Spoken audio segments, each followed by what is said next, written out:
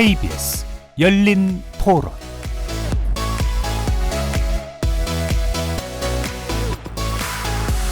안녕하십니까. KBS 열린 토론 정준희입니다.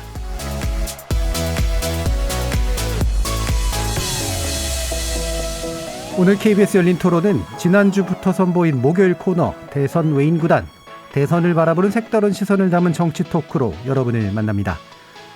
분단과 한국전쟁으로 형성된 특수한 조건 속에서 1987년 민주화 이전까지는 좌우 이념의 활발한 경쟁이 불가능했습니다. 민주주의의 진전과 함께 진보적 이념과 정당이 조금씩 자리를 잡게 되자 노동 존중과 사회적 약자를 향한 포용성을 기치로 소수의 아픔에 공감하고 대변하는 정치적 목소리가 커져갔죠. 하지만 한때 여야 거대 양당을 위협하기도 했던 대표적 진보 정당인 정의당, 그리고 제반 진보 단체의 정치적 위상이 예전 같지는 않습니다. 현재 심상정 정의당 대선 후보 지지율은 국가혁명당 허경영 대선 후보 지지율보다 못하다는 평가가 나올 정도로 큰 위기에 봉착한 상태인데요. 정의당을 대표로 하는 이런 진보의 위기, 그 원인은 어디에 있을까요? 세상을 바꾸는 것보다는 내 삶을 바꾸는 게 더 중요하다고 여기는 2030 세대에게 진보 정당의 가치는 더 이상 소구력이 없었던 걸까요? 노동이 사라졌다. 노동의 일부 역시 기득권이 됐다. 약자의 불만과 문제의식을 제대로 대변하지 못했다는 그런 의견. 진보 정당으로서는 또 아프게 되새겨봐야 할 지적이 아닐까 싶습니다. 진보를 찾습니다라는 책을 출간한 박찬수 한겨레신문 대기자는 이러한 진보의 위기에 대해서 진보에 필요한 건 현실을 반영한 실천임을 강조했는데요. 대선 외인구단 패널들도 같은 생각일까요? 기성정치 외곽에서 이번 대선을 바라보는 세 분과 함께하는 대선 외인구단의 시선을 통해 지금 시대의 진보 정치를 짚어보겠습니다. KBS 열린 토론은 여러분이 주인공입니다. 문자로 참여하실 분은 샵9730으로 의견 남겨주십시오. 단문은 50원, 장문은 100원의 정보 이용료가 붙습니다. KBS 모바일 콩 그리고 유튜브를 통해서 무료로 참여하실 수 있고요. 콩에서도 보이는 라디오로 만나실 수 있습니다. 시민 논객 여러분의 뜨거운 참여 기다리겠습니다. KBS 열린 토론 지금부터 출발합니다.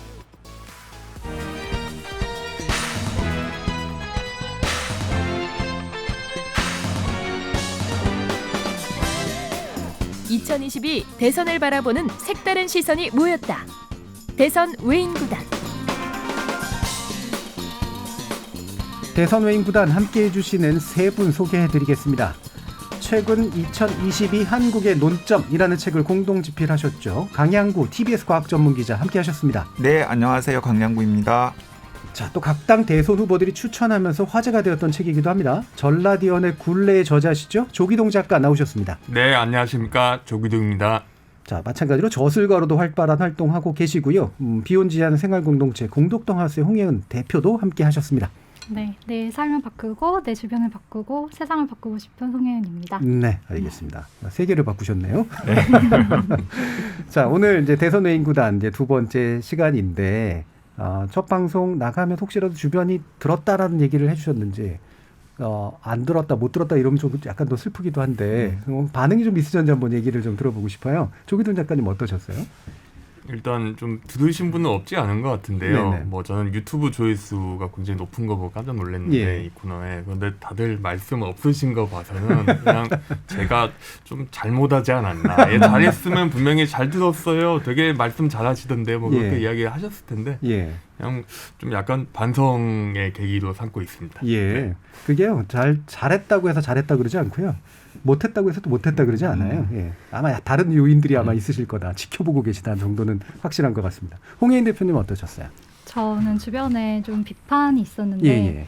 첫 번째로는 그 상식 얘기 좀 다시 하고 와라 이런 예. 얘기를 좀 들었거든요. 예. 그러니까 제가 말씀드렸던 것 중에 차근법에서 차별금지법에서 원칙을 지키는 게 상식이다 이런 의견을 드렸는데 석 부회장님이 누구나 상식은 다르잖아요 라는 얘기를 받으신 것 뒤에다가 이제 상식이 다르게 여겨지는 건 맞지만 그리고 이 말을 사람들이 굉장히 좋아하지만 예를 들면 안철수 후보 어록 같은데 그런 말이 있거든요. 예. 그런데 사실 거기서 끝내면 안 되고 모두에게 장기적으로 좋은 공공선에 대해서 누가 내세우는 상식이 미래를 만들 것인가 이런 것에 대한 토론과 전망을 방송이 좀 더 보여줘야 하지 않았냐 아쉽다. 예, 예. 이런 얘기가 있었고요. 예. 두 번째로는 이제 젠더 이슈가 조금 뒷전인 게 아쉽다. 왜냐하면 제가 개인적으로는 빈곤과 페미니즘 관점을 교차시켜서 연구하는 여성주의 연구자이기도 한데요. 예. 그런 얘기도 좀 더 하고 와라. 이런 얘기도 들었습니다. 예, 그리고 저는 유튜브 댓글도 좀 봤는데 예. 이제 댓글을 보면은 좀 저는 비판적인 댓글도 읽어요. 아주 어이없는 욕설이나 인신공격이 아니면 다른 예. 거를 봐야 된다라고 생각하는데 이 댓글이 좀 재밌었어요. 기자, 작가, 시민운동가가 나와서 삼자인 척하지 마라. 너희들이 이제 공정하게 쓰고 활동을 했으면 이렇게 됐겠냐라는 댓글이 예. 있었는데 저는 이게 맞는 말씀이라고 생각을 했습니다. 예. 저 남 탓을 하고 싶은 그런 마음이 이제 누구에게도 그런 남 탓이 가닿지 못할 때는 화가 나잖아요. 예. 근데 그걸 가지고 저도 울분을 가지고 글을 쓰고 활동을 하면서 여기까지 오게 된 건데 이제 남 탓을 공적인 자리에서 할 수 있게 되면 삼자가 아닌 거죠. 예. 그래서 저는 이제 내가 가진 자원으로 할 수 있는 일을 찾고 또 동료 시민분들에게 그걸 같이 하자고 제안을 많이 드리자. 네, 그런 의미에서 오늘은 꼭 이 자리에서 동료 시민 청취자 여러분께 우리가 다 같이 상식과 공공선에 대한 논의를 함께 해나가자. 예. 대선이 끝나더라도 저는 제 자리에서 그걸 좀 해나가겠다. 그런 얘기를 또 드리고 싶었습니다. 예. 네. 저희가 상식 이야기를 했던 건 저는 상식이라는 이제 지식사회학 쪽을 또 연구를 했던 사람이기 때문에 상식이란 말만큼 주관적으로 쓰이는 말이 없어서 보편적 가치라는 어떤 측면에서 좀 더 이야기를 했으면 좋겠다라는 거였고 그게 공동선하고 상당히 연관된 네. 그런 연결시켜서 논의해야 된다고 생각합니다. 마찬가지 논의이신 것 같습니다. 자 이렇게 이제 또 우리 홍의원 대표님은 또 이런저런 반응까지도 네. 굉장히 구체적으로 가져오셨는데 강양구 기자님 어떠세요? 이 두 분 반응도 보니까. 네. 저는 사실 제가 방송에 나오는 건 제 지인들은 굉장히 식상해하기 때문에 이제 또 나오냐? 그 자체는 뭐 왜 거기를 나갔니? 뭐 굳이 거기까지 뭐 이런 반응이 오히려 있었던 것 예. 같고 오히려 저에 대한 반응보다는 조기동 작가나 홍혜원 대표의 시선이나 발언이 되게 신선했다. 예.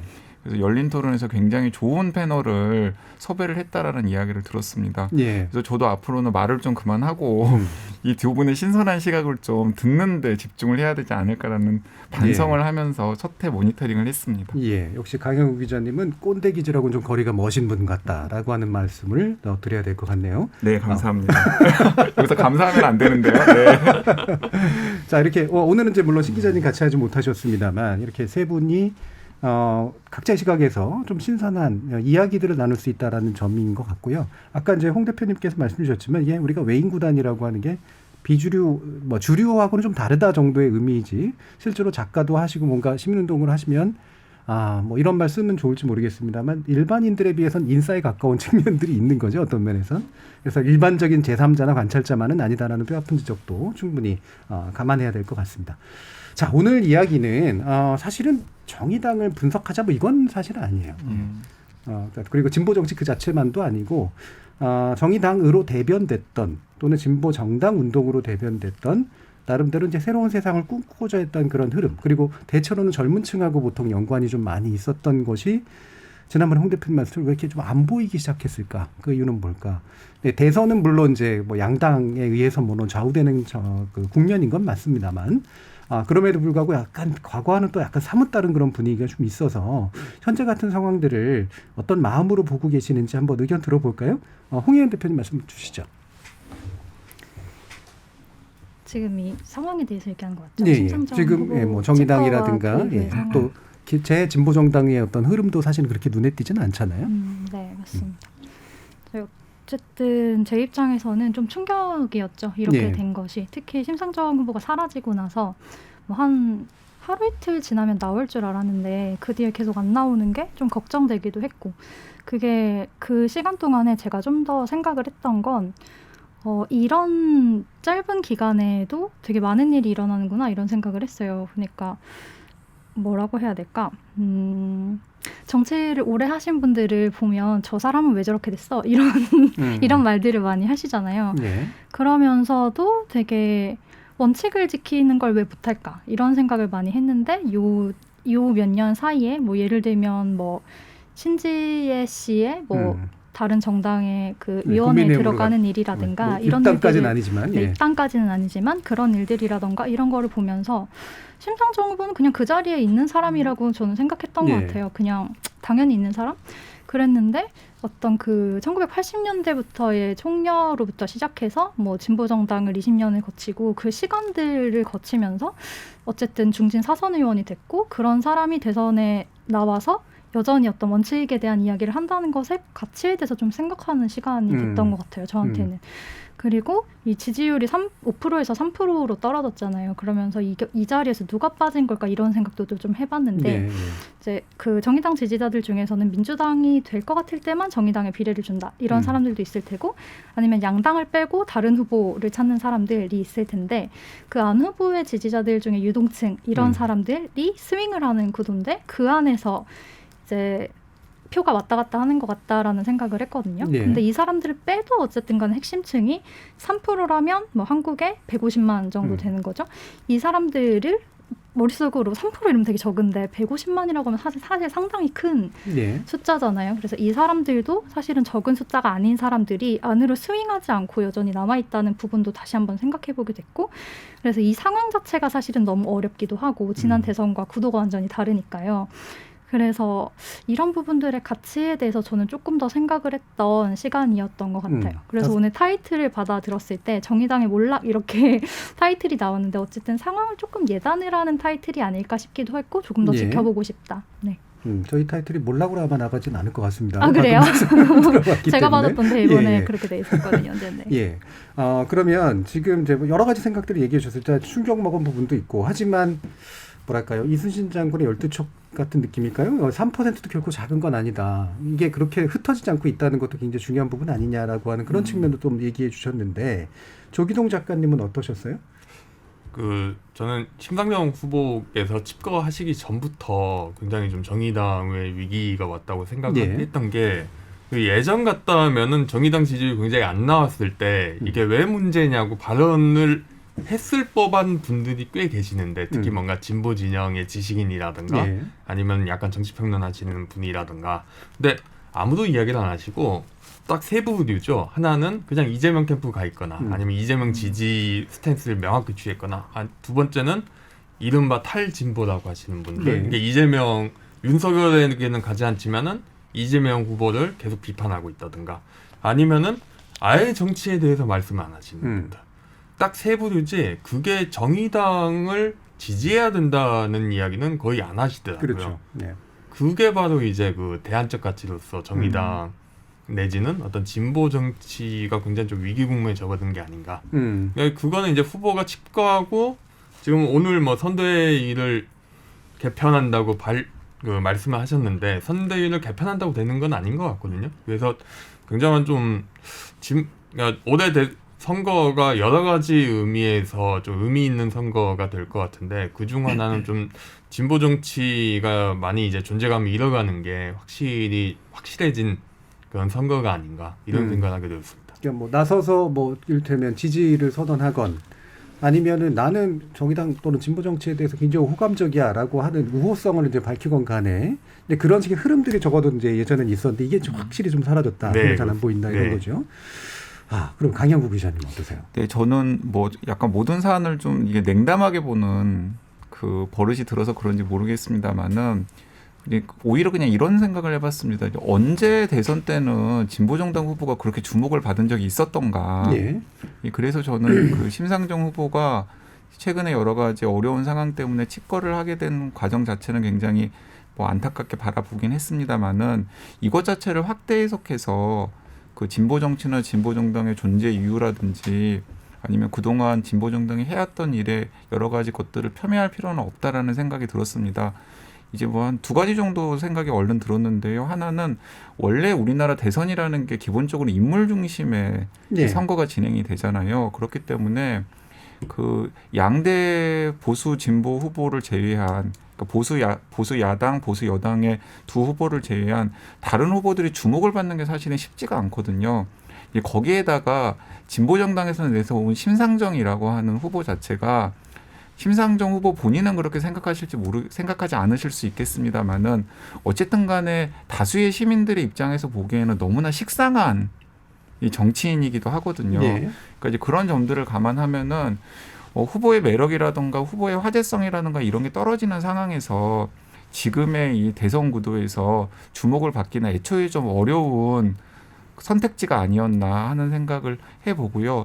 또 한편으로는 이제 이 부분에서는 저는 이제 조기동 작가와 생각을 같이 하는데 정의당 입장에서 혹은 정의당 지지자들 입장에서는 지금 한국 사회에서 진보 정당이 어떤 정체성으로 시민들에게 다가가야 되는지에 대해서 좀 근본적으로 좀 반성하고 성찰해보는 기회로 이번 선거를 삼아야 되지 않나 하는 생각이 네. 들었습니다. 이제 그건 사실은 이제 오랫동안 진보 정당을 지지해왔던 저한테도 이제 자문하는 것이기도 한데요.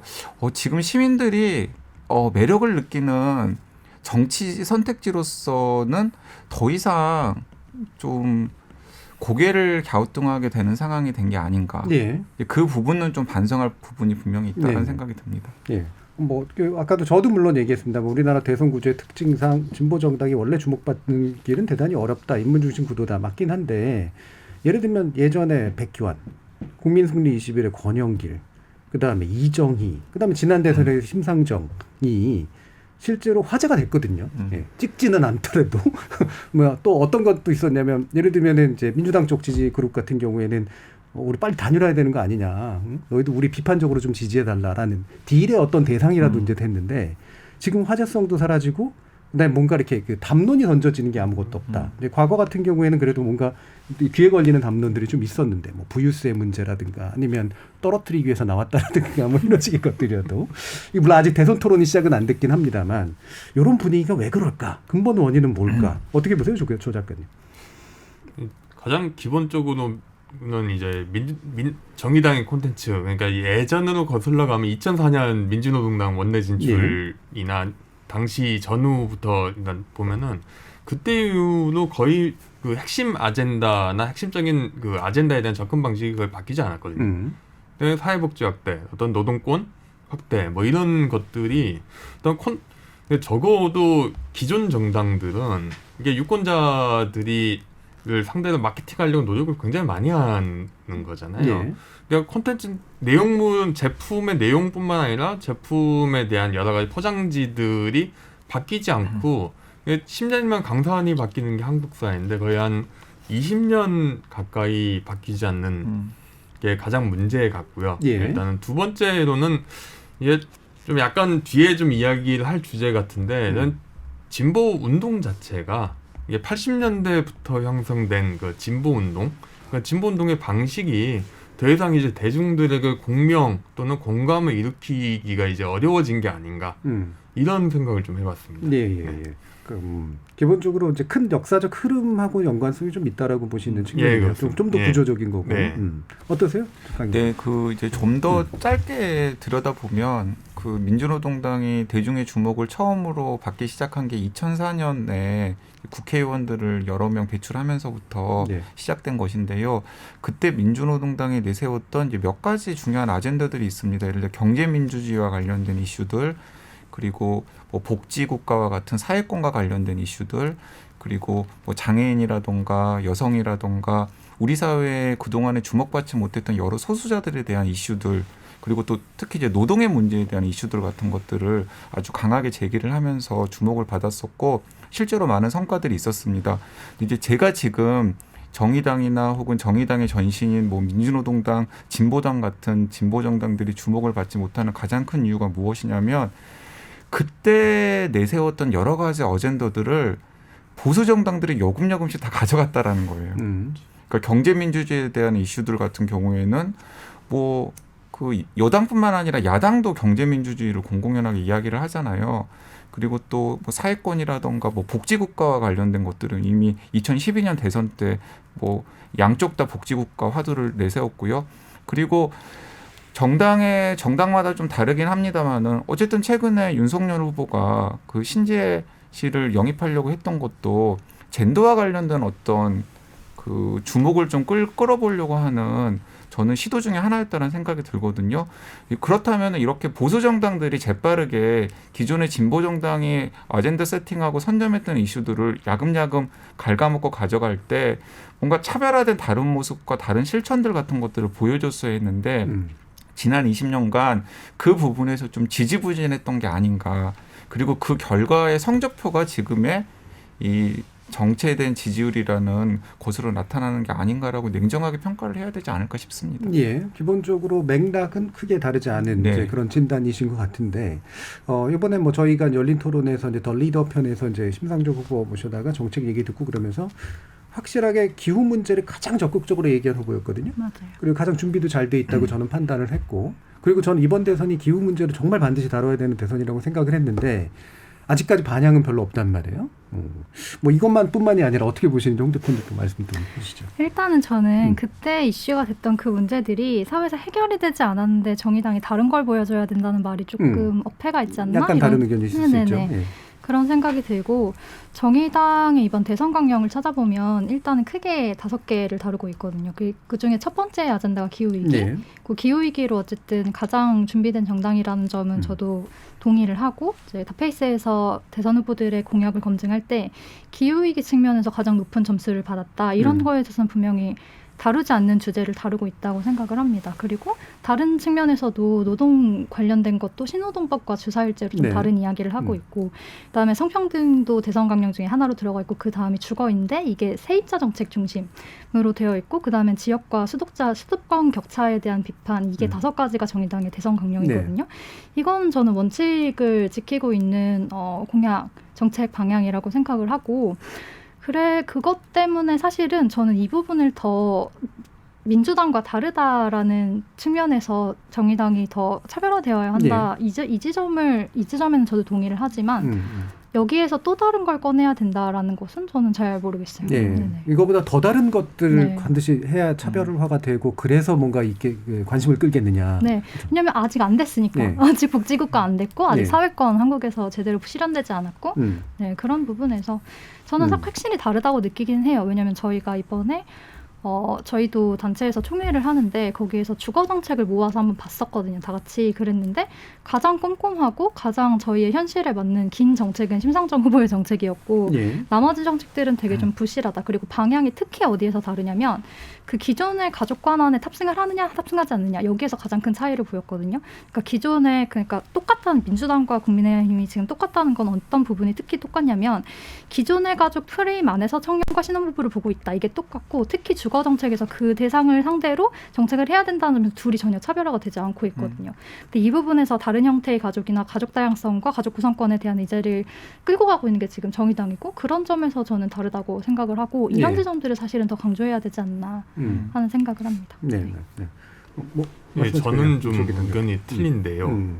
그러니까 사회복지나 노동 아젠다가 이게 진보 진영이 보기에는 충분치 않은 수준까지 관철된 건 맞죠. 네. 하지만은 10년 전을 돌이켜 보면은 특히 2004년에 원내 진출 시점을 돌이켜 보면 굉장히 많은 것들이 바뀌었거든요. 네. 특히 그 보육이나 어떤 그 간병 또는 어떤 그 여러 가지 의료 건강보험 같은 거는 굉장히 많이 확충이 됐는데 가령 제가 흔히 2017년부터 많이 강조하는 게 이명박 박근혜 정부부터 사회복지 및 보건업 근로자들이 굉장히 많이 늘어납니다. 네. 그러니까 2008년부터 2016년까지 취업자 가운데 한 38.5% 정도가 보건업 및 사회복지 취업자거든요. 그 대부분이 중장년 여성이고요. 그러니까 그 의미는 아무것도 없던 시절 내지는 굉장히 그 사회복지가 작았던 시절에서 사회복지가 굉장히 사회의 많은 부분으로 들어와 있는 상황이고 거기서 더 추가적으로 정의당이 추가적으로 끌어나갈 수 있는 부분이 일단 없다는 거고요.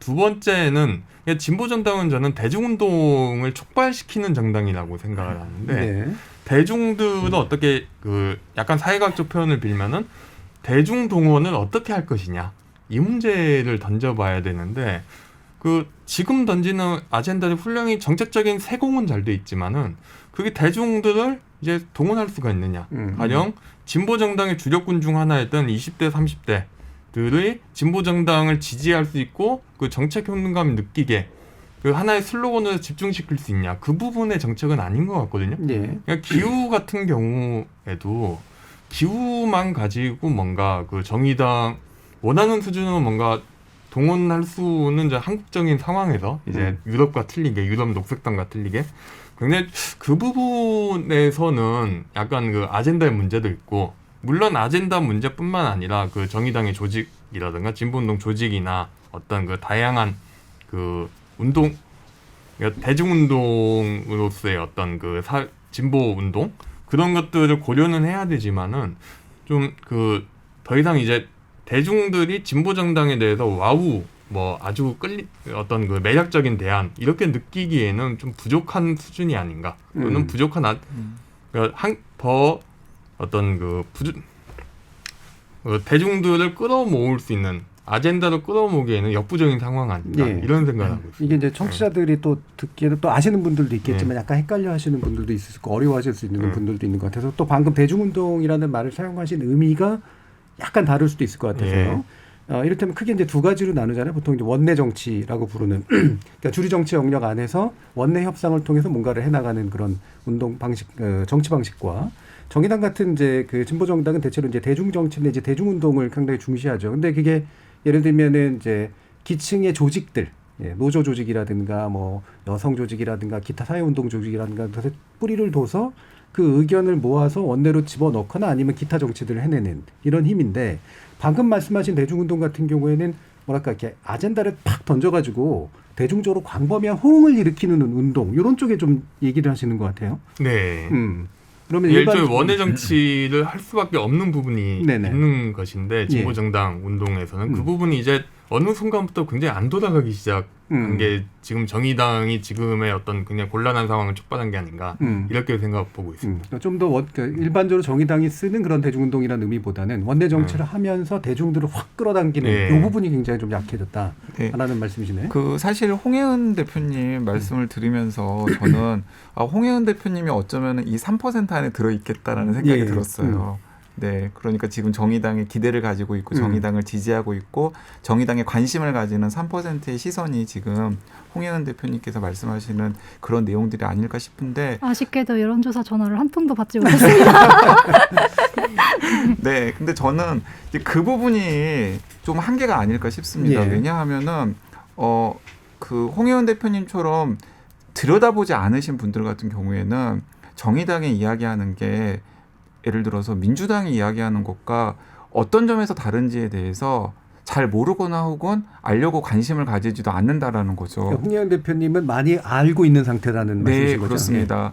이제 그렇다면은 일단은 정의당의 민주당과는 다르고 그리고 분명히 민주당보다 차별화되고 나은 점이 있다라는 사실을 알고 그리고 또 관심을 가지게끔 하는 어떤 앞단계. 앞단계가 필요한데 그 앞단계를 실패했다라는 거죠. 근데 지금 실패의 이유는 여러 가지가 있을 수 있을 것 같아요. 하나는 정의당이나 혹은 정의당의 여러 전신들 뭐 진보당이라든가 민주노동당 같은 정당들이 20년 동안 시민들에게 방금 조 작가님께서 말씀하신 것처럼 어떤 효능감을 주지 못했다라는 거죠.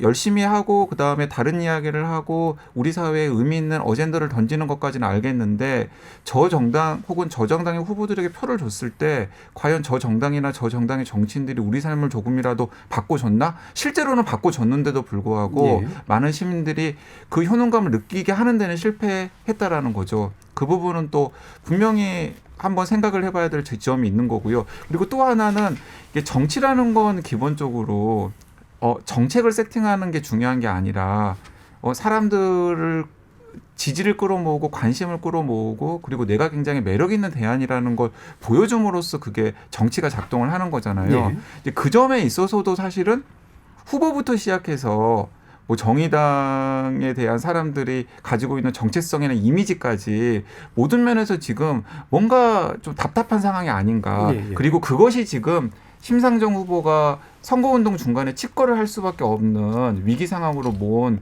이유가 아닌가라는 생각이 듭니다. 그러니까 상당히 이제 사실 뭐 정치라고 하는 게 뭐 아주 정교한 내용을 알아서 시민적 선택을 하는 경우보다는 이미지라든가 감정에 호응하는 거라든가 아니면 뭐 풀뿌리 조직 같은 거라든가 이런 게 작동해가지고 이제 이루어지는 경우들이 많은데 과거 같은 경우 예를 들면 이제 노회찬 정치 같은 경우는 대중적인 매력이 이제 있었던 거잖아요. 그 인물이 가지고 있는 뭐 심상정 후보도 한때 이제 그랬던 면이 좀 있었고요. 근데 지금은 이제 기층 조직도 사실은 되게 좀 불안정하고 그다음에 후보나 이런 인물들이 가지고 있는 매력도 과거에 비해서는 확실히 좀 떨어져 있고 정책도 뭔가 귀를 딱 끌어당기는 그런 측면들은 아직까지는 적어도 안 보이는 것 같고 내용이 잘못되거나 없어서라기보다는 이런 게 좀 결합되어 있는 것 같은데 그럼 한번 좀 단순하게 얘기를 해보죠. 이게 기본적으로 이제 아까 이제 조 작가님께서 지적해 주신 진보운동이 가지고 있는 어떤 한계점이 근본적으로 작동하고 있어서다. 아니다 좀 정의당이 좀 뭔가 좀 그래도 잘못해서다. 아니다 후보가 일단 매력이 없다. 이렇게 좀 약간 좁혀갈 수 좀 있을 것 같거든요. 네. 뭐 세 가지 다일 수도 있겠지만 어떻게 보세요? 홍 대표님 한번 말씀 주시겠어요? 다시 한 번만 정리해 주세요. 그러니까 그 진보 운동이라는 파도 자체가 이미 좀 약해져 있는 상태다. 그러니까 이건 뭘 해도 안 되는 거죠. 당이나 후보가. 근데 진보 그거보다는 당이 그래도 할 수 있는 것들이 꽤 있음에도 불구하고 당이 뭔가를 좀 활력 있게 못 하고 있다. 이렇게 볼 수도 있고 의원들까지 포함해서 아니면 당은 그럭저럭 뭔가를 하고 있는데 후보를 어쨌든 결국 제일 그냥 유명한 인물 결국 앉혀놓고 사실은 약간 좀 구태연한 느낌을 주기 때문에 매력이 좀 떨어진다. 이렇게 볼 수도 있는 거고. 삼자 태기를 해야 하나요? 아니요. 이거는 반드시 배제하는 건 아니고 서로 다 결합된 걸 수도 있죠. 그렇죠? 네.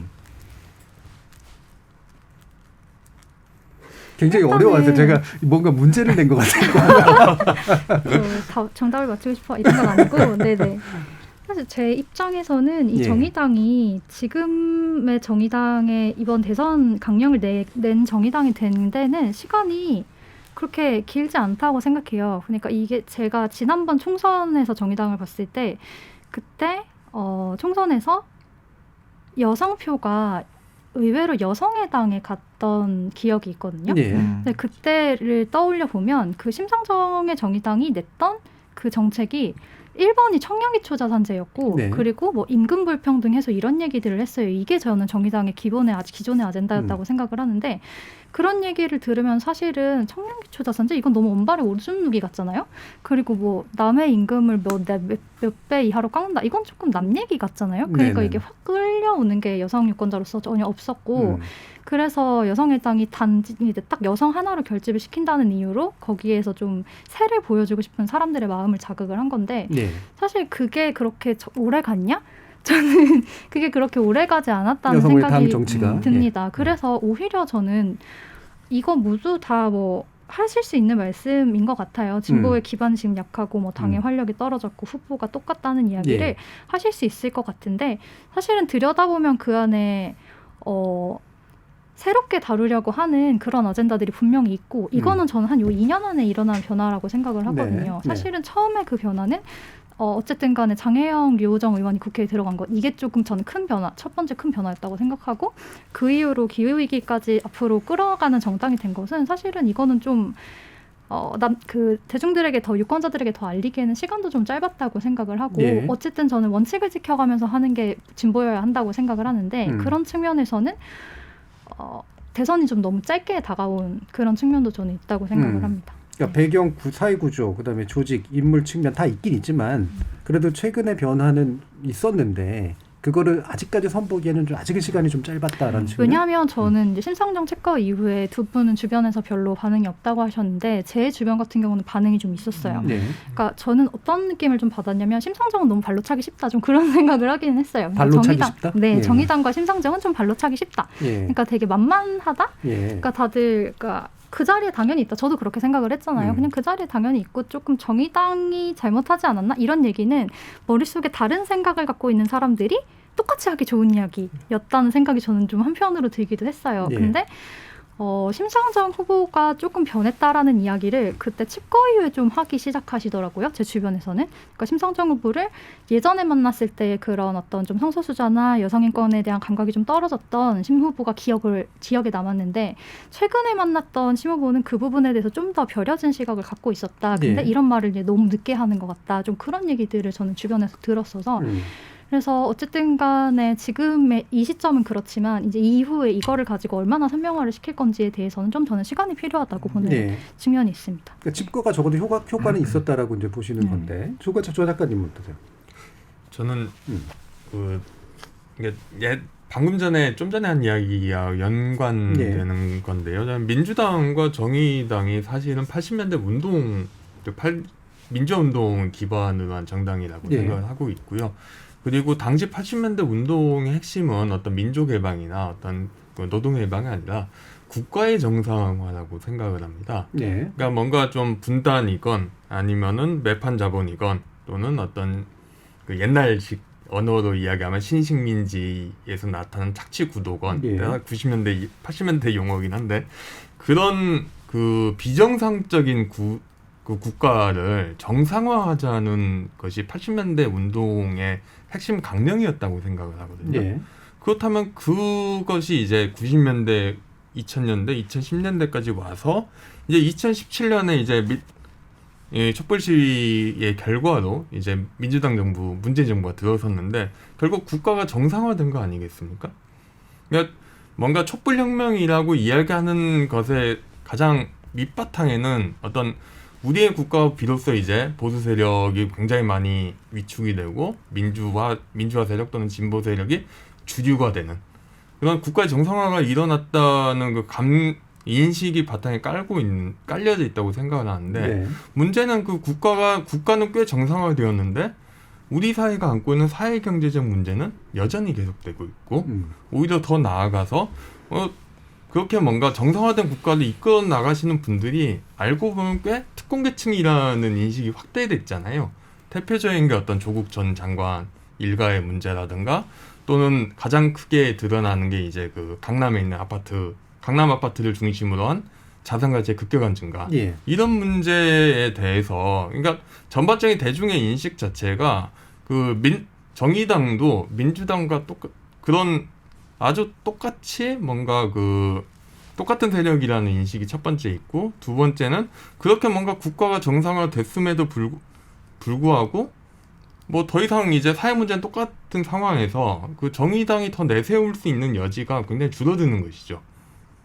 그러니까 그 부분의 어떤 모순을 이제 그 부분의 문제에서 정의당이 이제 민주당과 좀 거리를 두겠다. 또는 민주당은 우리도 비판하겠다고 하지만은 실제로 어떤 기본적인 세상의 인식들 자체가 어떤 비정상적인 것을 정상화하겠다 내지는 것에서 머물러 있는 한 좀 꽤 한계를 가지고 있지 않나. 그러니까 정상국가화의 문제 이게 사실 정확히 말하면 이제 그 민주제도의 절차적 작동의 이제 측면인 거고, 근데 그 안에서 이제 그것이 작동시켜서 만들어내는 어떤 내용, 결과물. 근데 이런 부분에 있어서 아직도 부족한 면이 많은데 네. 정의당이 사실 그 부분을 제대로 건드리는 데 있어서 굉장히 약한 입장이 있다라는 말씀이시죠. 예, 그리고 지금 2021년, 2022년에 굉장히 좀 한국 사회는 선진국이다 이야기를 많이 하잖아요. 현재 한국 사회가 안고 있는 굉장히 많은 문제가 이제 자본주의가 발전하면서 나타나는 문제들인데 대표적인 게 자산 가격이 급등하는 거는 굉장히 대표적인 그 자본주의 고도화의 징표인 건데 이 부분에 대해서 단순하게 지주가 문제다. 다주택자가 문제다. 그러니까 세금을 더 때려야 된다. 이런 식의 접근을 편다는 게 유권자들 입장에서는 내가 아는 세계는 그게 아닌데 이런 어떤 괴리감을 줄 수밖에 없는 부분이라고 생각합니다. 그러니까 고도 자본주의의 현상에 대한 분석력 내지 대처 능력이 사실은 지나치게 클래식한 면들이 있다라는 이제 쪽이신 것 같아요. 강 기자님은. 일단은 뭐 그 세 가지 중에서 무엇이 가장 문제냐라고 했을 때 뭐 저는 사실 뭐 모두가 다 방송 들으시는 그 애청자들 중에서 정의당에 관심이나 애정을 가지신 분들도 셋 다 문제 아니야?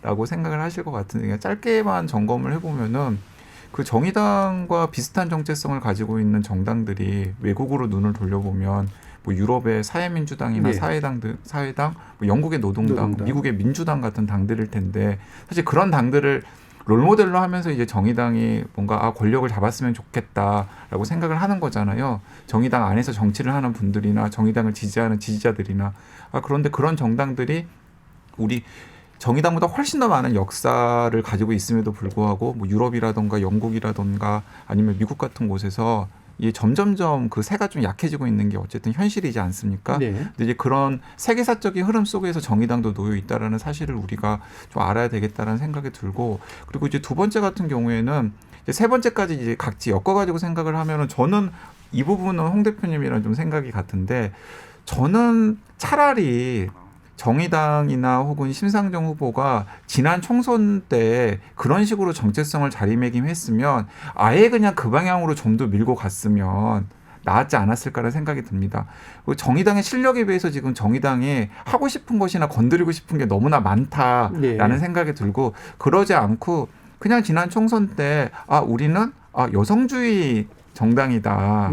여성이나 장애인이나 혹은 소수자의 인권이라든가 이익을 대변하는 정당이라는 정체성을 굉장히 강하게 자리매김을 했잖아요. 그러니까 이것은 2004년에 처음 원내 진출하고 나서 정의당의 전신인 민주노동당이 원내 진출하고 나서 상당히 오랫동안 조직노동 그러니까 민주노총을 대변하는 정당이나 혹은 시민단체를 대변하는 정당이라고 하는 이미지에서 조금 정체성 변화를 가진 것이거든요. 예. 야, 그렇다면은 저는 그걸 차라리 밀고 갔으면 지금 대선 구도에서 뭔가 갈 곳이 없는 혹은 어디에 표를 주고 어디에 시선을 둬야 할지를 모르는 어떤 시민들, 어떤 유권자들의 마음을 사로잡는 데는 일정 부분 성공할 수도 있었겠다라는 생각이 들고요. 예를 들어서 뭐 20, 30대 여성들이라거나 아니면은 30대, 40대의 뭐 가정주부들이라거나 아니면 엄마들이라거나 이런 분들의 시선이라던가 마음을 사로잡는 데는 조금 성공하지 않았을까라는 생각이 드는데 이제 그마저도 하지 못했던 게 오히려 패착이 아니었을까라는 생각이 듭니다. 예, 알겠습니다. 그 부분이 사실은 굉장히 논쟁적인 주제예요. 네. 이걸 가지고 정반대 생각을 가지고 계신 분들도 있기 때문에 그래서 이제는 그냥 뭐 인물의 문제라든가 이런 것들을 넘어서서 과연 정의당은 어떤 정체성으로 어떤 진보 전략을 수립했어야 했는가라는 문제 가지고 실질적으로 한번 논쟁적인 이야기를 해봤으면 좋겠는데요. 그 내용 우리 2부에서 좀 더 자세히 살펴보면서 한번 얘기해봤으면 좋겠습니다. 여러분은 KBS 열린 토론과 함께하고 계십니다. 토론이 세상을 바꿀 수는 없습니다. 하지만 토론 없이 바꿀 수 있는 세상은 어디에도 없습니다.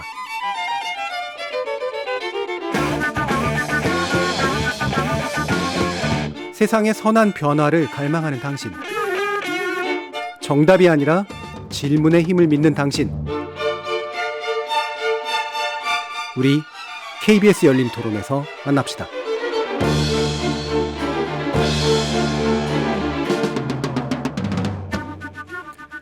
대선 외인 구단 그 두 번째 시간으로 준비한 KBS 열린 토론 2022년 진보정당의 소명을 놓고 전라디언의 굴레의 저자인 조기동 작가 비혼지향 생활공동체 공덕동 하우스의 홍혜은 대표 그리고 강양구 TBS 과학전문기자 세 분과 함께하고 있습니다.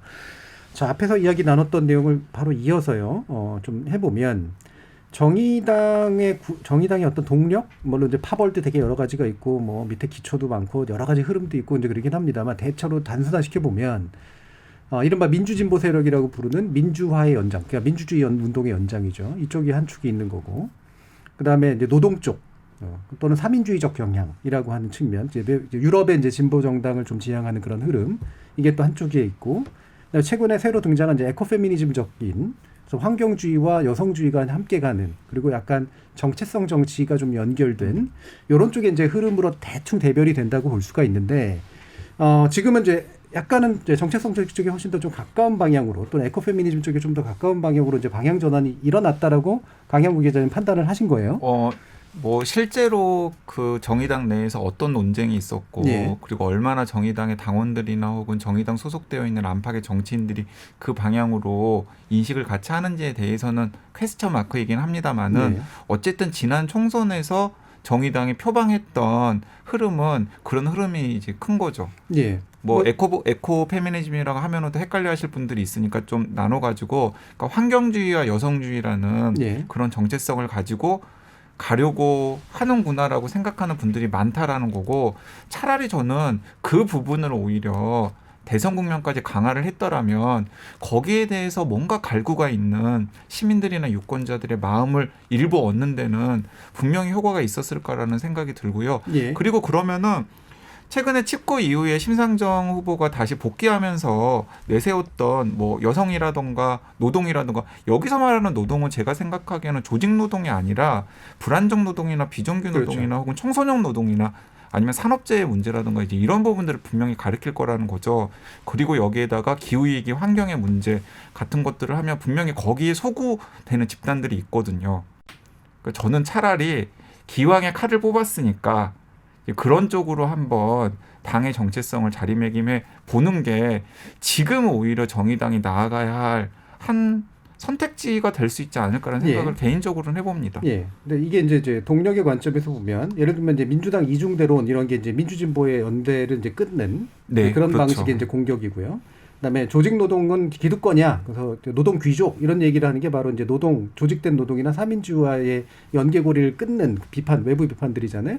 이게 제가 볼 때는 약간은 작동을 했거든요. 네. 예, 그래서 좀 더 환경주의나 이제 여성주의에 좀 더 연관성이 있는 뭐 그게 또 더 미래지향적이라고 판단했을 수도 있고 이게 신동력이 이제 되고 있는 건데 오히려 그걸 명확하게 일찍부터 표방했으면 좋지 않았겠냐라는 네. 이제 그런 말씀이신데.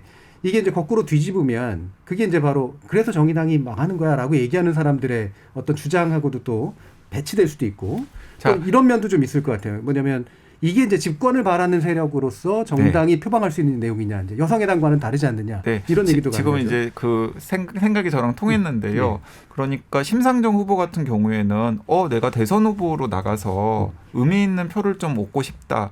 혹은 정의당이 원내 교섭단체가 되고 그리고 나아가서 그냥 뭐 소수정당의 만년 소수정당이 아니라 최소한 의미 있는 3당으로서 역할 혹은 자리매김을 해보고 싶다라고 하는 욕심 같은 게 분명히 있을 테고 그 욕심의 연장선상에서의 다수화 전략이라는 게 있었을 거라고 생각을 합니다. 예. 이제 그런 면에서 보면은 정체성 정당의 성격을 강화하면 만년 소수 정당으로 진짜 완전히 자리매김하는 것 아니야?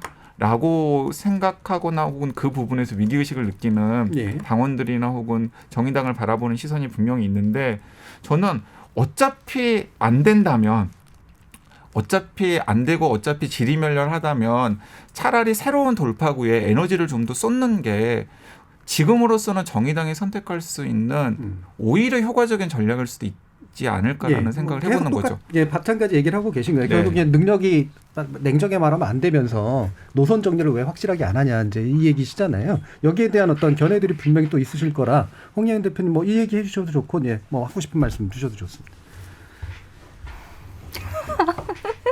너무 어렵네요. 근데 아까 전에도 말씀드린 것처럼 민주당과 차별화되지 않는 것이 사실은 정의당으로 인식하지 못하게 하는 이런 부분이라고 생각해서, 그러니까 제 주변에도 그런 말씀을 계속 하시는 분들이 있거든요. 민주당이 될 것 같으면 정의당한테도 표를 하나 나눠주겠지만 그렇지 않으면 주지 않겠다. 근데 여기에 언제까지 끌려가서는 사실 정의당이 독자적인 세력이 될 수 없고, 예. 그리고 민주당에서 얻을 수 있는 걸 왜 정의당에서 구하겠는가 이런 생각을 하게 되기 때문에 저는 근데 또 한편으로는 뭐 노동 이슈와 이 모든 것들을 사실 쪼개서 보는 것 자체도 좀 문제라고 생각해서, 사실 여성주의는 개별 이슈로 카테고라이징을 하기보다는 관점에 가까워서 기존의 정의당이 다루던 어떤 노동 이슈나 노조의 이 안에도 여성 관점을 적용을 할 수가 있고 생태 관점도 마찬가지로 적용을 할 수가 있어서 이 두 개가 완전히 나눠지는 거라고는 저는 사실 생각하지 않아요.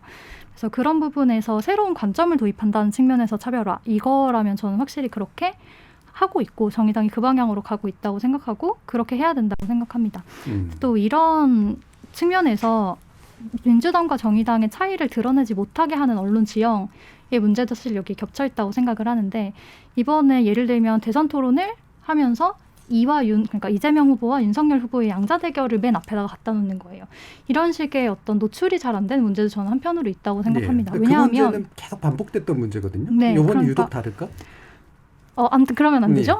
그러면 안 되죠? 예. 그리고 어쨌든 그 신상정이 뭐 오래된 후보고 뭐 오래 봐왔다라는 측면은 사실 오래 본 사람들의 입장이잖아요. 예. 오히려 그 노출도가 너무 적으면 인지도가 떨어지는 문제는 저는 더 큰 대중을 생각하면 신상정이 너무 안 나오니까 사실 사람들이 모르는 것도 저는 있다고 생각하거든요.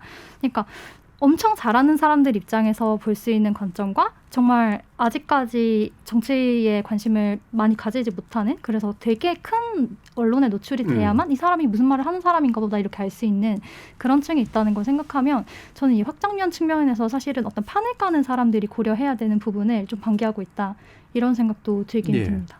저도 뭐 충분히 동의는 하는데 제가 이제 왜 그런 질문을 했냐면 신문 전반까지 다 따지면 확실히 노출도는 훨씬 적어요. 예, 그러니까 인터넷 환경까지 다 따지면. 근데 제가 열린 토론도 진행하고 방송의 관점, 지상파라든가 공영방송 쪽에서는 상당히 정의당에 계속해서 자리를 이렇게 만들어서 계속 이야기를 들으려고 굉장히 노력을 했거든요.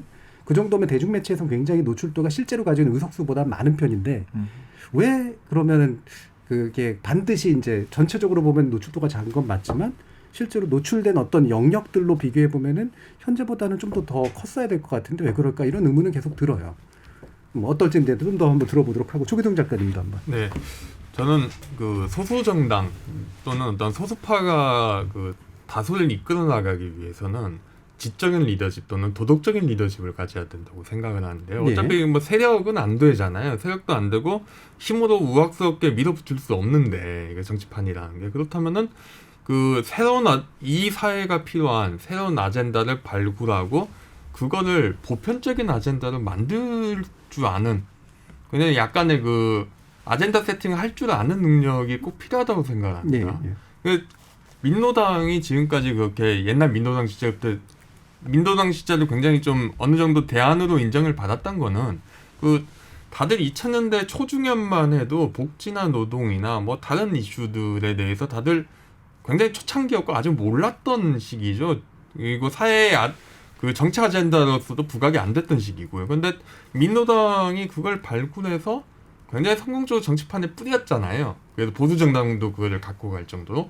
그렇다면은 이 시대에 우리 진보 정당이 새롭게 사회에 던져야 될 아젠다는 무엇인가? 그리고 그 아젠다 중에서 조심스럽게 선별해서 보편적인 아젠다로 확대시킬 수 있는 게 무엇인가? 이 부분을 생각하면은 굉장히 고민하고 이제 던져야 된다고 생각하거든요. 그래서 저는 강양구 기자님 의견에 거의 동의를 하는 게 이 시대의 아젠다라면은 결국은 생태가 굉장히 중요한 아젠다가 될 거고 여성주의도 굉장히 중요한 아젠다죠. 여성의 사회 진출도 늘어나고 어떤 그 한국 같은 경우는 저출산이라는 문제에 결국은 여성주의 이슈가 연관이 되는 부분이 꽤 있잖아요. 그리고 어떤 불안정 노동의 문제 이런 문제들에 대해서 진보 정당이 좀 더 적극적이고 좀 더 공격적이고 굉장히 그거를 본인 정당의 핵심 브랜드 자산으로서 만드는 노력이 좀 필요하지 않나. 그리고 그 부분이 지금 꽤 민주당 이중대론이 이야기가 나오는 거는 사실 민주당 이중대를 섰다는 것보다도 그만큼 정의당이 새로운 아젠다를 최근 몇 년간 안 던지지 않았기 때문에 그런 부분이 오히려 부각되는 거 아닌가. 좀 이런 관점에서 좀 봐야 되지 않을까 생각합니다. 그 부분에 송 대표님이 또 다시 반론하시고 싶은 부분도 있으실 것 같아서 다시 한번 좀 여쭈는데 아까 그 얘기를 하셨잖아요. 이제 에코페미니즘이라고 하는 것도 이제 어쨌든 환경과 생태라고 하는 게 그냥 부분적으로 좁은 이슈로서 다시 말해 집권이 불가능한 어떤 특정 계층이나 특정 입장만 대변하는 운동으로서가 아니라 그 관점으로 이제 노동 문제도 새로 바라보고 빈곤 문제도 새로 바라보고 뭐 민주주의 문제도 새로 바라보고 이럼으로써 이제 새로운 패러다임을 만드는 쪽에 가깝다라는 말씀을 해주신 거잖아요. 맞습니다. 그게 이제 조 작가님 말씀하신 그 영역에서 하고도 연결이 좀 되는 것 같은데 그게 준비가 충분히 덜 돼서 그런 건가 아니면은 노출이 덜 돼서 그런 건가 뭐 여러 가지 견해들은 있을 것 같아요. 한 말씀 주시죠. 어려운 문제라고 생각합니다. 왜냐하면 당장의 이 구조를 똑같이 유지를 하면서 어떤 처지는 쪽을 재분배, 예를 들면 불평등 관점으로 올리는 건 되게 가시적이고 쉽고 접근하기 쉽거든요. 그러니까 사실은 여성 정책이나 여성 이슈도 보수화된 관점으로 접근을 하면 뭐 내부의 똑같은 판 안에서 뭐 반반을 만들어준다든지 이런 문제로 접근이 될 때 사실 이게 어떤 파편화된 영역의 문제가 되는 거죠. 여성 이슈가. 근데 사실은 완전히 새로운 패러다임을 만든다는 건 사회 전체의 구조의 틀을 새로 짜는 거고 저는 그런 측면은 오히려 경선 후보의 이정미 후보가 돌봄 대통령 이야기를 끌고 나오면서 이 이슈를 가지고 오는 게 저는 사실은 어떤 국가 전반의 패러다임을 바꿔야 되는 논의였다고 생각을 합니다. 그렇기 때문에 이 돌봄이란 문제도 이게 여성 이슈인데 전통적인 여성의 이슈인데 사실 그 돌봄을 그 보수적인 의제로 가지고 갔을 때는 뭐 국가가 돌봄을 책임지겠다고 하고 사실 민주당이 했던 것이죠. 국가가 돌봄을 책임지겠다고 하지만 사실은 그 영역을 저임금 중년, 노년 여성들에게 떠넘기는 이런 식의 문제가 전혀 해결되지 않는 그래서 이것을 사실은 완전히 다른 패러다임을 제공을 하기 위해서는 기존의 노동 구조와 그다음에 기존의 가족제도 전반을 건드려야 되는 것은 사실 이 두 개가 사회의 큰 축이잖아요. 이런 부분의 측면에서 진보 정치가 커다란 패러다임을 제시하기가 지금 굉장히 어려운 상황이고 저는 여성해당이 보수적인 여성 이슈를 다룬다고 생각을 하는데 그러니까 그런 것들로 쉽게 빠지고 있다고 생각하는데 이것도 사실은 큰 것을 상상하기에는 지금 당장 너무 급하고 사실은 효용감이 그렇게 크지 않고 이런 문제가 저는 여기 연결돼 있다고 생각을 하거든요. 그래서 저는 이 두 측면에서 사실 이거 놓치지 않고 가지고 가는 게 지금의 어려움의 핵심이라고 생각을 합니다. 사실 이제 홍 대표님이 또 굉장히 중요한 말씀을 해주셨는데요. 저는 후보의 문제가 분명히 있다고 생각합니다. 이제 이 얘기를 심상정 후보가 들으면 저 인간이 왜 저러나 하면서 굉장히 소문나게 생각하실지도 모르겠는데 네, 개인적인 친분이 좀 있으세요? 네, 뭐 여러 예. 차례 네 그런데 저는 이렇게 생각합니다. 지금 정의당의 정체성이라던가 정의당의 지향하는 바가 좀 다르게 시민들에게 좀 더 다가가야 되려면 저는 포장지가 분명히 바뀌어야 된다는 생각이 들거든요. 예. 그런데 심상정 후보는 어쨌든 간에 80년대 뭐 민주화 운동, 노동 운동의 한 상징과 같은 분이었고 그리고 또 굉장히 오랫동안 노동 운동과 진보 정당에 헌신해 왔던 분이고 또 사실 고 노회찬 의원과 함께 뭐 민주노동당, 진보당, 정의당까지 이어주는 한국 진보정당 운동의 이제 역사와 같은 분이잖아요. 이제 이런 분이 갑자기 나와서 나는 노동, 여성, 그리고 녹색, 기후위기에 관련된 문제를 가장 중요하게 생각하고 이것이 바로 내가 지금 대통령이 되어야 될 이유이다라고 강조를 했을 때 심상정 후보를 잘 아는 사람들은 잘 아는 사람대로 저분이 언제 저런 얘기를 했다고 저분이 언제 저런 정체성을 상징했다고 라고 반응을 할 것이고 또 심상정 후보를 잘 모르는 사람들은 심상정 후보를 기존에 해왔던 그 진보정당의 역사와 동일시할 테니까 다른 모습을 별로 받아들이지 않을 거라는 생각이 듭니다. 그래서 여러 가지 면에서 좀 미숙하고 그리고 시행착오도 있을 테고 뭐 심지어는 위험할 수도 있었지만은 조금 다른 포장지에 다른 얼굴을 좀 내세웠다면 오히려 공중파를 비롯한 여러 방송에서 뭐 의석수에 비해서 상당히 비중 있게 다뤄주는데도 불구하고 다른 정당 혹은 다른 후보 혹은 주목해야 될 후보라고 인식이 안 되는 게 약간 바뀔 수도 있지 않았을까 예. 하는 생각이 듭니다. 예. 뭐 그런 부분도 충분히 고려될 수 있는 것 같은데요. 왜냐하면 뭐 옛날 이미지하고 아무래도 좀 연관되는 면이 네, 있고 맞습니다. 이제 노동운동의 대모 뭐 이런 식의 이미지를 가지고 기후를 얘기했을 때 이게 충분히 녹아들지 않는 듯한 느낌 뭐 이런 것들도 좀 있었을 것 같은데 그거는 뭐 심 후보 자체에게 이제 책임을 묻기보다는 그렇게 이제 그 후보를 만들어내는 과정으로서의 정의당의 어떤 전략 내지 역량 또 선택 여기서 이제 좀 빈틈이 있었다라고 판단할 수도 있을 것 같은데요. 아까 이제 홍 대표님 말씀해주신 그런 부분들을 좀 더 다시 이제 조기동 작가님한테 좀 여쭤보면 이게 이제 대중들한테 귀에 꽂히려면 그러니까 이게 지금 얘기를 들어보면은 아까 강직 기자님 말씀하신 것 같이 막 여성 문제라든가 이렇게 여성의 당처럼 이렇게 특정 부분에 이제 호소하는 당이라기보다는 사실 굉장히 광대한 플랜을 가지고 있고 그걸로 세상을 바꿔보겠다라고 하는 쪽이 좀 더 가깝기 때문에 장기적으로 보면 집권을 지향하는 정당의 풍모라고 볼 수도 있긴 있어요. 근데 그런 게 안 보이고 걔네는 결국 페미 정당이야. 노동 버리고 페미 정당 됐어. 라고 비치는 이유는 뭘까? 어떻게 생각하세요? 저는 운동 주체가 없어서라고 생각을 네. 합니다. 그러니까 그 페미 정당이라고 보통 인식이 되는 거는 예. 사실 요즘에서 뭔가 운동을 활발하게 하시는 분들은 딱 생태 아니면 여성주의 둘밖에 없어요. 예. 노동을 가지고 그게 노동 아젠다가 굉장히 주류로 이야기가 안 되거든요. 진보판 내에서도 또는 일단 노동 아젠다도 대부분 이제 대기업 정규직 노동의 목소리가 크게 반영되죠. 저는 대표적인 게 그 정의당이 공약한 주 4일 근로제가 예. 원래 금융노조에서 그거를 일찍부터 주장하던 건데 맥락을 따져보면 너무 전형적인 대기업 정규직 아젠다라고 생각하고 그 문제가 결국 걸리는 거는 그 20, 30대 남성들이 진보 정당을 굉장히 지지를 안 하잖아요. 근데 20, 30대 남성들의 특징이 있다면은 20, 30대 남성은 계층에 따라서 세계관이 여성보다 확실하게 굉장히 계층에 따라 틀립니다. 예. 그러니까 중상층, 중층까지는 꽤 능력주의라고 불리는 그런 가치관을 옹호하는데 여러 사회 조사를 보면은 하층은 굉장히 평등지향적이고 능력주의에 대해서 반감이 심하거든요. 예. 오히려 필요에 의해서 뭔가 재화가 배분되는 사회가 좋다는 응답이 전 연령, 전 사회계층에서 가장 높게 나오는 조사도 있어요. 근데 그런 사람들을 동원을 해낼 수 있는 아젠다를 만들거나 또는 운동 주체를 발굴을 해야 되는 거겠죠. 예. 하지만 그 부분에서 굉장히 좀 운동의 허점, 맹점이 맹점이라고 생각하는데 현재 진보 운동이나 진보 정당에 제대로 발굴 안 하기 때문에 결국은 협소한 아젠다, 상태나 페미니즘에서 확장성이 없어지는 거 아닌가? 예. 그렇게 생각하고 있습니다. 홍 대표님. 어떤 부분에서는 의견을 같이 할 수 있을 것 같아요. 왜냐하면 그 젠더 갈등 프레임에 대한 대처 이런 것은 저는 좀 꼭 확실히 해야 된다고 생각하는데 예를 들면 이게 마치 표를 둘로 갈라먹어야 된다고 생각하는 그런 프레임을 쓰잖아요. 실제로 이준석 대표가 그런 프레임을 많이 쓰고 있고 거기에 휘말리는 것만으로 이게 되는가? 예. 이런 생각은 저도 많이 하고 있습니다.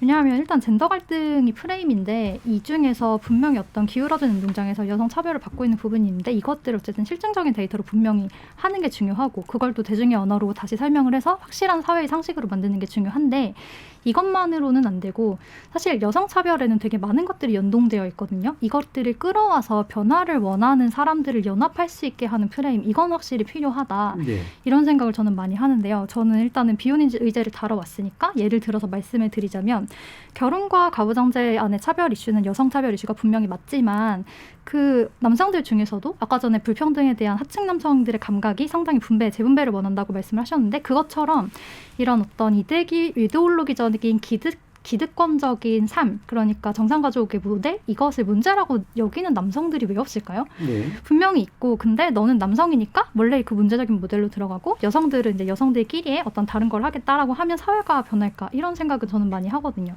예를 들면 뭐 동생, 뭐 동네 친구 이렇게 원래의 친밀한 관계에 있던 그런 사람들 그러니까 성별에 상관없이 내 주변의 관계망들에 친밀한 사람이 있던 사람들을 성별로 찢어지라고 하면 이 사람들이 어디로 갈까? 그러면 당연히 거기에 동의를 못하는 거거든요. 그러니까 최대한 많은 사람들이 나한테도 좋은 선택지구나 라고 하는 그런 어떤 선택지를 늘려주는 전략을 진보정당이 써야 된다고 생각하고 이런 식으로 그러니까 예를 들면 가족이나 결혼에 대해서는 지금의 생애주기 모델과 틀에 부적응하는 사람들 그리고 또 어떤 뭐 학벌주의 사회라고 하면 여기에 가장자리에 몰려난 사람들이나 그다음에 저임금 불안정 노동자들 아니면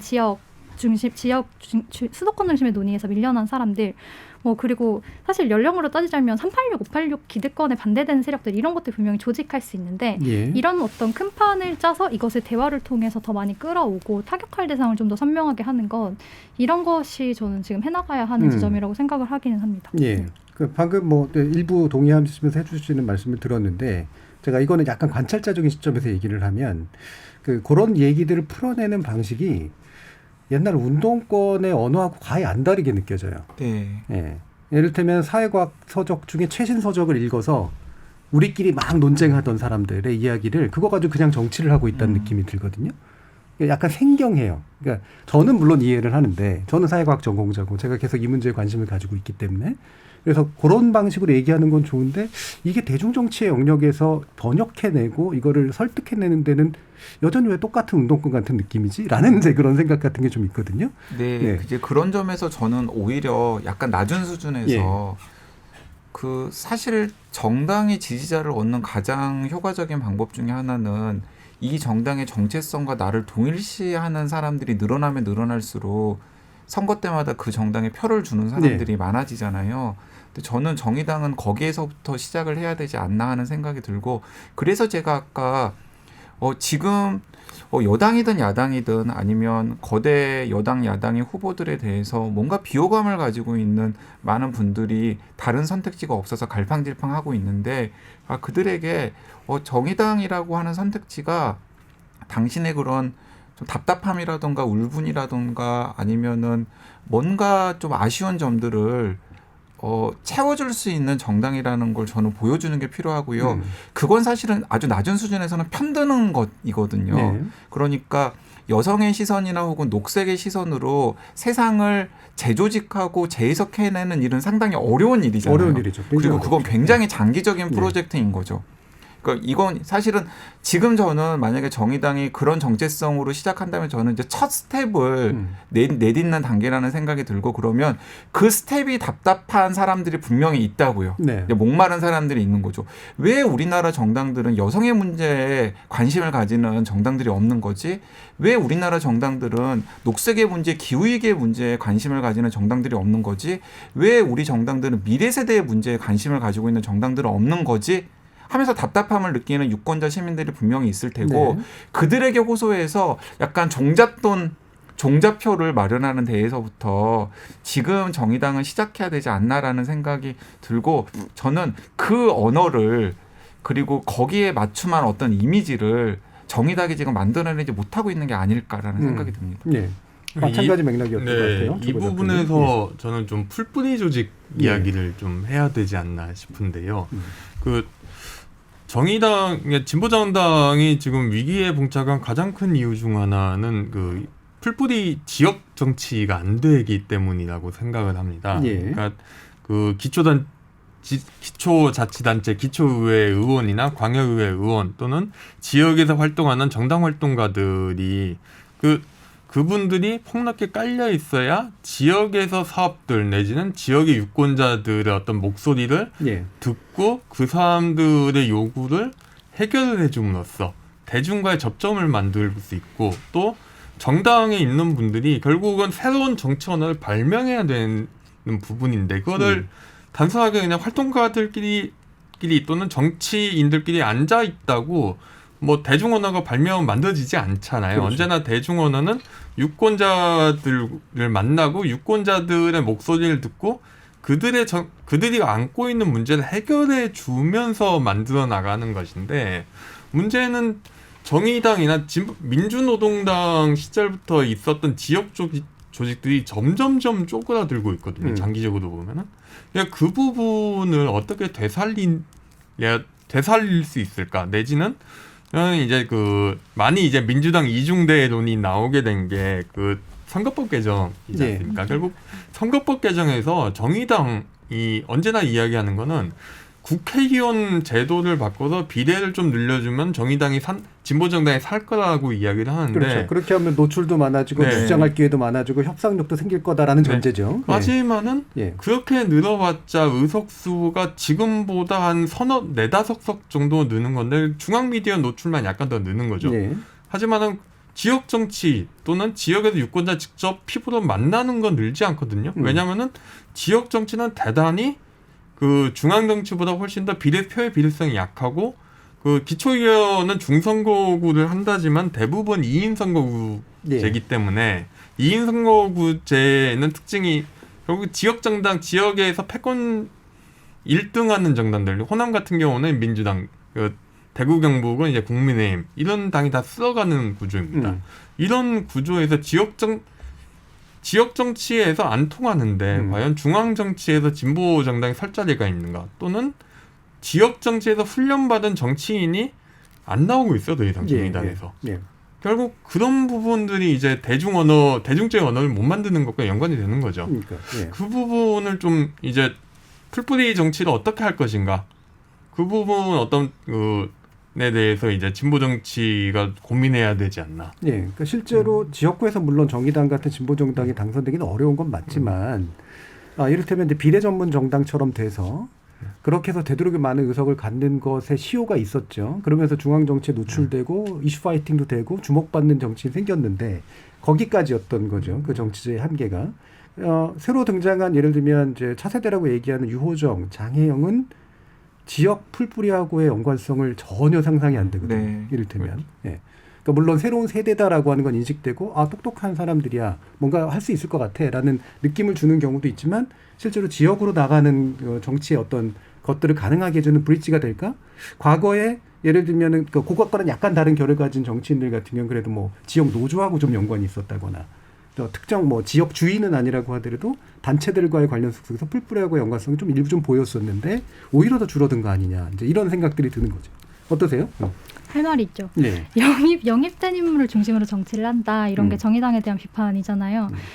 근데 저는 어떤 한계, 구조적인 한계를 얘기하고 싶어요. 네. 왜냐하면 어떤 영입은 포퓰리즘이고 어떤 지역 정치와의 연관성을 무시하는 영입이지만 이 영입은 저는 그 16년, 18년을 계기로 새롭게 정치 세력화된 어떤 페미니즘 정치를 반영해야 했던 정의당의 선택이라고 생각하고 그래서 이거는 이 영입은 어떤 메시지가 정의당에서 나오지 않던 것을 나오게 하는 어떤 다양성을 늘린 영입이었다는 생각을 저는 한편으로 하고 있고 그러니까 약간 더 정확하게 말씀드리면 이렇게 영입 정치가 문제라는 소리가 아니라 네. 방향성이 네네네. 내려가는 정치는 근데 아닌 것 왜 같다는 그럴 거죠. 수밖에 없는가에 대해서 이제 말씀을 드리고 싶은 건데 각각이 가지고 있는 영역을 보면 사실은 교차 이슈를 갖고 있습니다. 장혜영 의원은 장애 이슈와의 교차를 갖고 있고 그다음에 유여정 의원은 노동이라는 교차 이슈를 가지고 있고 분명히 이런 것들을 가지고 있고 그리고 이 사람들의 의정 활동을 보면 여가위가 아닌 다른 것들 다른 의원회로 가면서 자기들의 각자의 영역을 네. 만들어 가려고 하고 있는데 이게 왜 지역과 연결이 되지 않는가라는 문제를 생각하면 저는 뭐 이런 비판들을 많이 봤어요. 예를 들면 산나마린이 핀란드의 산나마린이 되게 어린 나이에 총리가 됐지만 그 사람이 하루아침에 된 줄 아냐? 사실은 되게 지역의 청소년일 때부터 뭐 그 정당 활동을 시작하고 정치를 해서 거기까지 올라간 건데 둘은 너무 다르다. 이런 비판을 저는 되게 많이 봤는데요. 네. 하지만 이거는 어떤 문제냐면 10대 때는 한국에서 수능 공부를 하고 20대 때는 자취방을 2년마다 쫓겨다니는 사람들의 문제라고 저는 생각을 합니다. 그래서 저도 항상 고민이 되는 게 제가 그 활동을 지역명을 걸었었잖아요. 처음에 공덕동하우스라고 했는데 저희는 지금 공덕동에 살지 않습니다. 왜냐하면 그 동은 재개발이 되거든요.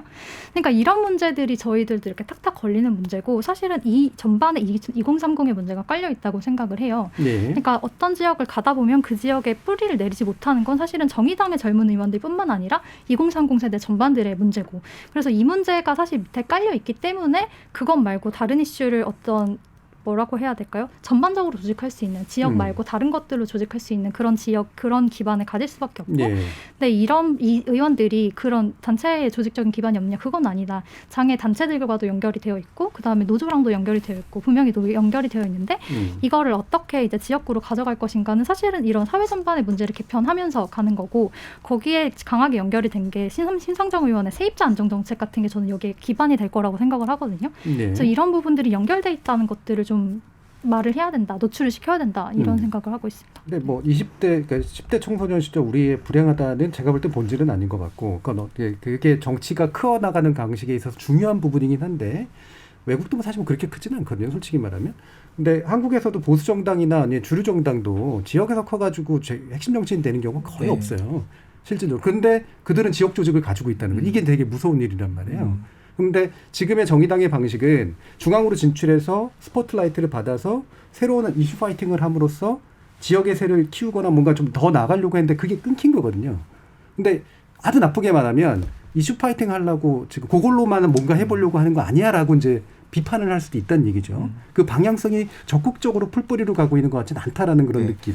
여기서 이제 저는 어떤 풀뿌리인지에 대해서도 우리가 한번 생각을 해볼 필요는 있을 것 같습니다. 이제 우리가 기존에 그냥 암묵적으로 가정하는 풀뿌리 같은 경우에는 뭐 지역 정당의 지구당, 과거에 이제 지구당 혹은 뭐 요즘에는 뭐라고 부르죠? 어쨌든 지역 조직들이 있지 않습니까? 지역 조직, 그리고 또 그런 지역 조직들과 연계된 지역의 여러 가지 이익 단체들, 그렇죠. 그런 것도 크죠. 네, 그리고 또 뭐 토호들, 그리고 또 향후회 뭐 등등이 이제 연결되어 있는 어떤 것들을 당연히 머릿속에 생각을 하고 선거에서 이기려면 그런 풀뿌리 조직들이 일사불란하게 가동이 되어야 선거에서 표를 얻고 이길 수가 있다라고 생각을 하죠. 근데 저는 지금 풀뿌리 갖고 그것뿐인가? 물론 라고 생각을 하면은 또 다른 풀뿌리의 영역이 분명히 있을 수 있다라고 생각을 하거든요. 예를 들자면은 지역사회에서 굉장히 많은 영향을 끼치는 것은 사실은 맘카페 그렇죠. 의 부분들도 있는 것이고요. 그리고 학부모들에 연계되어 있는 느슨한 조직도 있을 수 있는 것이고. 저는 예를 들면 아파트 동대표 이런 거. 네, 아파트 동대표 이런 것들도 있을 수 있는 것이고요. 그리고 저는 이제 그런 것들이 아직 정치적으로 조직화되지 않은 저는 풀뿌리의 영역이라는 생각이 드는데 그 풀뿌리의 영역을 어떻게 하면은 생활정치 그리고 또 중앙정치로 연결을 해야 될지가 저는 지금 굉장히 중요한 과제라는 생각이 드는데 저는 그 부분에서 정의당이 뭔가 돌파구를 마련할 수 있으면 저는 정의당이나 혹은 다른 이름으로 바뀌는 한국 진보 정치 운동의 새로운 길이 열릴 수 있다는 네, 생각이 들고 그렇지 않으면은 진짜 계속 이제 지리멸렬한 그 중앙 정치의 화제성에 기댄 정당에 머무를 수도 있겠다는 네. 생각이 들고요. 그 갈림길이 아닌가라는 생각이 드는데 여기서 그러니까 너무 이렇게 뭐 섣부르게 실망할 필요도 없고 뭐 기대하기에 지금 굉장히 어려운 상황이긴 합니다만은 섣부르게 실망할 필요도 없다라는 생각을 하는 것도 그런 대목 때문입니다. 네. 뭐 시간이 이제 다 되긴 했는데 그래도 두 분 나름대로 진보 정치에서 이런 주문 내지 요청 내지 기대를 한번 해봤으면 좋겠다라는 말씀까지 하면서 마무리를 지으면 좋을 것 같거든요. 조 작가님부터 말씀 주시죠. 저는 진보가 가장 중요한 거는 이 시대의 근본적인 모순 또는 근본적인 문제가 무엇인지 발굴해내고 그거를 사회에 던지기는데 어떤 진보의 가치가 있다고 생각을 하는데 어느 순간 그 진보 정치가 그 부분에 대해서 가장 최선두에 있어야 되는 걸 잊어버린 게 아닌가. 그리고 그 대신에 단순하게 어떤 그 정치공학적인 논의나 아니면은 어떤 그 예전에 있었던 어떤 민주화의 가치 같은 낡은 가치의 가치거나 아니면은 그저 그 엘리트 정치에서 너무 빠져 있던 거 아닌가 이런 생각을 하게 됩니다. 오히려 좀 진보 정치의 초심으로 돌아가려는 노력 또는 진보 정치란 근본적으로 무엇인가 좀 고민하는 좀 시도가 있었으면 좋겠습니다. 네. 자, 홍 대표님 또 말씀 듣죠. 저는 지금 가져가야 하는 건 어떤 성장이 먼저냐 분배가 먼저냐 같은 프레임에 휩쓸리지 않는 것 이것과 완전히 차별화되는 것이 필요하다고 생각하고 왜냐하면 이제는 사실은 개발주의는 박정희 정부만의 것이 아니었다 이런 얘기가 저는 굉장히 많이 공감이 갔었거든요. 예. 이거를 이제 서울대 사회학과 장경수 교수님이 하시는 말씀인데 그 어떤 이제는 사람들이 이렇게 너무 리스크 테이킹을 개인들이 하면서 되게 좁은 운신의 폭을 가지고 움직이고 이 사람들의 경계태세가 너무 높고 그래서 내 걸 뺏기면 끝이라고 생각하는 왜 양보를 해요? 내 거를 뺏기면 내가 완전히 망하는데 그런 어떤 이런 프레임 안에 들어가지 않는 그래서 이제는 이렇지 않아야 된다라는 메시지를 확실히 보내는 것이 중요하다고 생각하고요. 그리고 또 한편으로는 사람들이 지금 잔뜩 망해 있는 게 오히려 저는 기회라는 생각도 한편으로는 많이 하거든요. 왜냐하면 기존의 이해관계에 첨예하게 얽힌 그런 사람들이 많아지면 밥그릇 싸움이 되니까 이도저도 안 될 수가 있는데 차라리 완전히 이제 뭔가 떠밀린 사람들 사이에서는 사실은 새로운 거를 해볼 수 있단 말이죠. 그래서 이런 사람들을 위한 정치가 진보 정치가 되어야 된다는 생각을 해서 그래서 아까 전에 아파트 정치 말씀하셨는데 저는 예. 동대표를 하려고 한 적이 있어요. 예. 그러니까 동대표이기도 한데 근데 그 마을의 운영 같은 데 들어가려고 해본 적이 있거든요. 실제로 부운영위원장까지 했는데 쫓겨나듯이 약간 그러니까 이게 쫓아낸 것은 아닌데 제 스스로 왜냐하면 아젠다가 너무 다르고 거기에서 그분들이 활동하시는 시간과 그리고 그분들이 쓰실 수 있는 어떤 자원 이런 것에서 예. 너무 다른 사람들이 구성되어 있다 보니까 사실 그런 데 조직에 새로운 사람이 들어가기 굉장히 어렵거든요. 그래서 저는 그런 게 아닌 방식으로 움직일 수밖에 없다고 지금은 생각을 하고 예. 그렇기 때문에 망한 사람들을 위한 정치, 망한 사람들에게 새로운 것을 보여주는 정치 이런 역할을 해야만 한다고 생각합니다. 어떤 면에서 이게 연역법으로 접근해서 그렇지 않을까 싶은데 사실 그건 전형적으로 귀납법이 필요한 영역이거든요. 네. 아파트 동대표라다 하던 건. 진보 정당의 문제의식을 가지고 지역으로 들어간다가 아니라 지역에서 시작해서 진보적 의제를 만들어낸다 쪽이 좀 더 가까울 텐데 그래서 아마 어려움을 겪지 않으셨을까라는 생각이 있고 실제로 뭐 지역에도 굉장한 저항들이 있죠. 그 이권들도 있고 네, 분위기도 이미 있고. 되게 촘촘하게 되어 있어요. 예. 네. 자, 진보정당에 관련된 이야기 좀 나눠봤는데요. 오늘 뭐 보수정치에 관련된 이야기도 한번 했으면 좋겠습니다만 그건 아마 다음 기회에 한번 나눌 수 있을 것 같고요. 우리 대선 외인구단으로 나눈 이야기, 진보정당 관련된 토론 이것으로 모두 마무리하겠습니다. 함께해 주신 비혼지향 생활공동체 공덕동하우스의 홍혜은 대표, 강양구 TBS 과학전문기자 그리고 조기동 작가 세 분 모두 수고하셨습니다. 감사합니다. 고맙습니다. 네, 감사합니다. 감사합니다.